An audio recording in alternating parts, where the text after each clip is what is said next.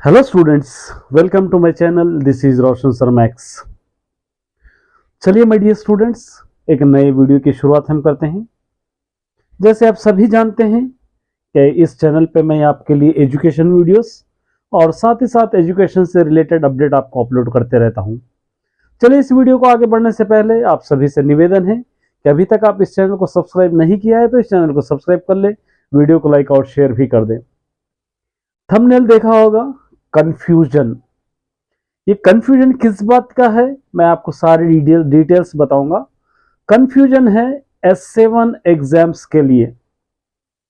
क्या कंफ्यूजन हो सकता है S7 एग्जाम्स के लिए? डेट तो हमको कंफर्म है, S7 के लिए सिलेबस भी कंफर्म है। फिर कंफ्यूजन किस बात का हो सकता है? कंफ्यूजन इस बात का है कि हम कहां से पढ़े, हम जितने क्वेश्चंस पढ़े वहां से आएंगे या नहीं आएंगे, कौन सा रिवीजन पढ़े हम, ये सारे क्वेश्चंस आपको आ सकते हैं। इसी का कंफ्यूजन आपको रहेगा, कितने लेसन्स पढ़ना, कौन सा रिवीजन पढ़ना, कितना हम पढ़ेंगे तो आएंगे या नहीं आएंगे। बहुत सारे क्वेश्चंस है, इन सारे क्वेश्चंस को एक एक करके मैं आपको क्लियर करते जाऊंगा। एंड तक आप बने रहिए। सबसे पहले आपको कंफ्यूजन दूर करना है, आपको सेल्फ कॉन्फिडेंस रखना बहुत जरूरी है। जितना भी आपने पढ़ा है उसको अच्छी तरह याद रखेंगे, वही आपको जाकर एग्जाम में लिखना है। उन स्टूडेंट्स के लिए कंफ्यूजन हो सकता है, वो स्टूडेंट्स के लिए प्रॉब्लमेटिक हो सकता है जो स्टूडेंट्स बिल्कुल ही स्टडी पे फोकस नहीं किए, बिल्कुल अपना रिवीजन नहीं किए, उन स्टूडेंट्स के लिए प्रॉब्लमेटिक है S7 एग्जाम।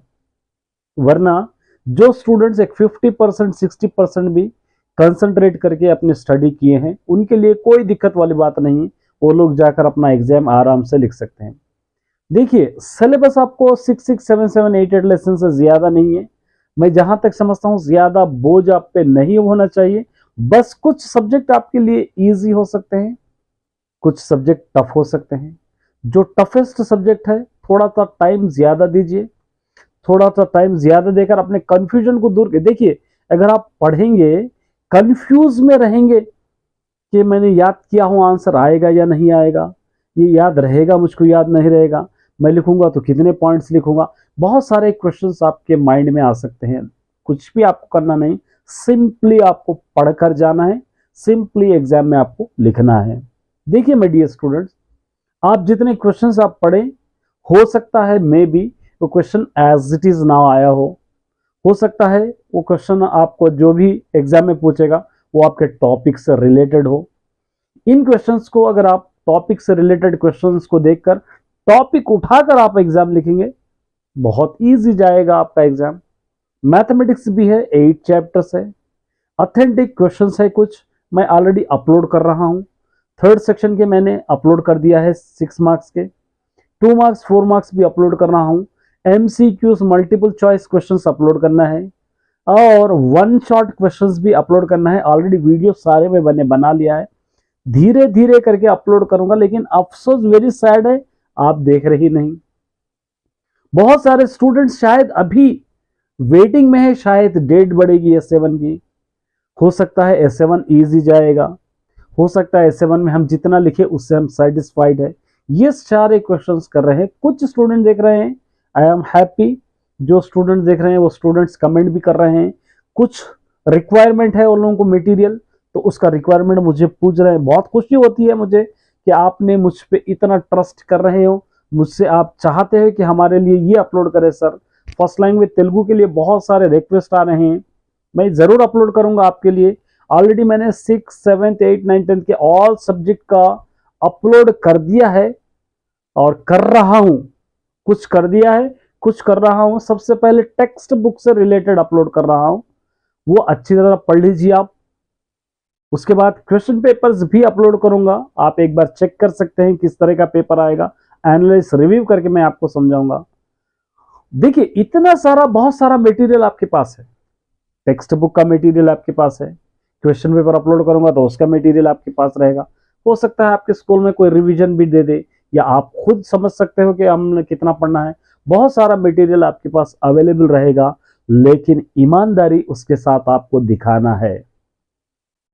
जस्ट वो मटेरियल जमा करें, ये मटेरियल जमा करें, ये टिक कर लिए, वो टिक कर लिए, सिर्फ टिक करने के हद तक रह गए, उसके ऊपर कोई वर्कआउट नहीं है, कोई सीरियसनेस नहीं है, ना ही इसके पास उसके ऊपर फोकस है, तो ऐसे मटेरियल का कोई फायदा नहीं है, सिर्फ ढिगार जमा होते जाएगा। वो मटेरियल से फायदा उठाना है, कंफ्यूजन को दूर करना है।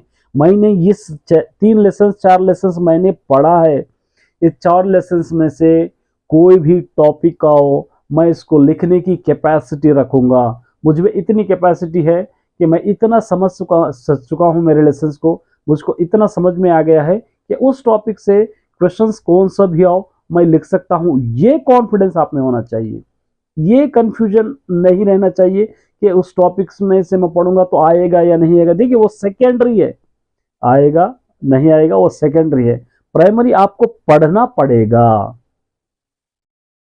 रीडर से, टेक्स्ट बुक से आपको पढ़ना पड़ेगा। तेलुगु है, तेलुगु का आपको मैंने अपलोड कर रहा हूं, आंसर्स भी अपलोड कर रहा हूं, पोएम्स भी अपलोड कर रहा हूं, ग्रामर भी अपलोड कर रहा हूं। इससे बढ़कर और क्या चाहिए आपको, और क्या पढ़ सकते हैं आप बताइए। इतना पढ़ने के लिए ही आपको टाइम नहीं मिलेगा, क्योंकि स्कूल का अपना वर्क होता है, ट्यूशन का अपना वर्क होता है, आपका खुद कुछ डिसकंटिन्यू किए हैं तो वो भी करना होता है, बहुत सारा होता है। लेकिन फाइनली मैं एक ही बात कहना चाहता हूं, माय डियर स्टूडेंट्स, अभी जस्ट 23 डेज रह गए हैं। एक 23 डेज में आपको बेहतर से बेहतर आपको प्रिपेयर करना है। इतना आपको कॉन्फिडेंस होना है कि हम एटलीस्ट 60 से 70% मार्क्स ला लेंगे। ये कॉन्फिडेंस के साथ आप अपने एग्जाम्स को जाना है, तभी जाकर अपना क्वार्टरली एग्जाम, S7 एग्जाम अच्छी तरह आप लिख पाओगे। सबसे पहले अपने कंफ्यूजन को दूर कर लीजिए आप, कि मैं पढ़ूंगा तो आएगा या नहीं आएगा, कौन सा रिवीजन पढ़ूंगा, वहां से पढ़ूंगा, यहाँ से। देखिए इस चीज में वक्त आपको बर्बाद करना है।